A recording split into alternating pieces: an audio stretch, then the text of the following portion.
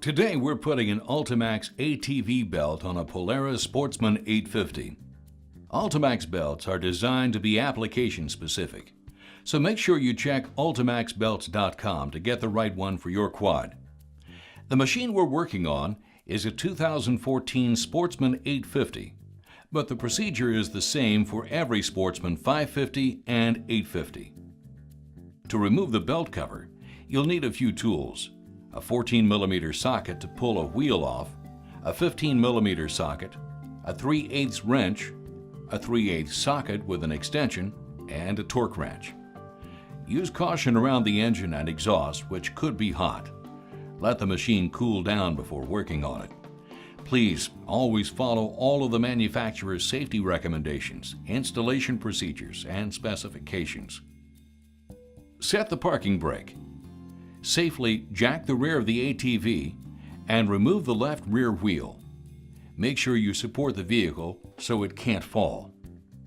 Next, remove the support bar on the left side. It is held in place by 4 15mm bolts. They are tight. The clutch cover is held on by 11 bolts with 3/8 heads. A socket works for all but the bottom bolt, where you'll need a wrench. For the top bolts, pull the seat off and use an extension. Pull the cover off from below. Once you work the cover off, you can see the CVT system. CVT stands for Continuously Variable Transmission. The driver or primary clutch is in the front. It's bolted directly to the engine's crankshaft.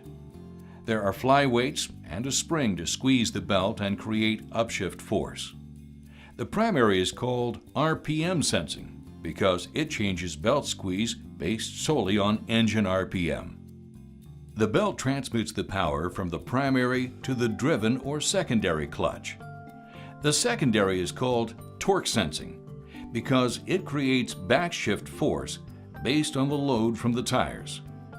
The clutches will shift until the force from the primary equals the shift force from the secondary. Since the only link between your engine and the gear case is the belt, it's important to have the right belt to get optimum performance.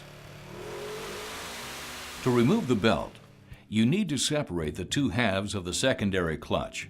Polaris makes a tool for this. If you don't have the Polaris tool, a pry bar works fine. Just make sure you don't damage the aluminum clutch. Never pry from between the clutch faces. Once the belt is off, take the opportunity to inspect a few things. First, check the old belt. If one side is noticeably more worn than the other, you could have an alignment issue with your clutches, which will tear up any belt you put on. You also want to look for cracks or signs of excessive heat. Next, inspect the clutches. Clean out any pieces of the old belt or any debris. If there is anything on the clutch faces, get those cleaned too. If you need to, you can use a Brillo or SOS pad. It's okay to scuff the clutch face, but you don't want deep scratches. Also, if there is a pronounced groove in the primary, it's time to replace it. You can use brake cleaner or a solvent, but be careful to let everything dry so it doesn't get on the belt.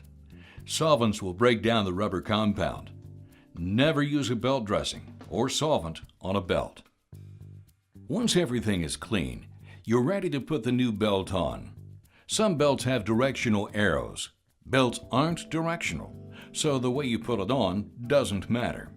The arrows are there so that if you ever take the belt off, you can put it back on in the same direction. For maximum belt life, it's a good idea to always put the belt on running the same direction. Ultimax belts don't have arrows, so we recommend that you put them on so you can read the brand. Get in that habit, and you're assured that the belt is always running the same direction. Spin the secondary clutch until the belt is good and snug. You should see the top of the cog above the edge of the secondary when it's tight. Make sure that the seal around the clutch cover is intact and that the groove is free of debris. Reinstall the cover, support bar, and tire. Tighten the bolts to the manufacturer's specifications.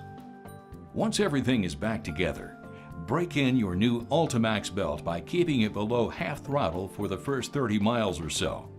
This will allow the belt to seat properly, so you gain optimum performance and belt life. For more tips on belt installation, check out ultimaxbelts.com.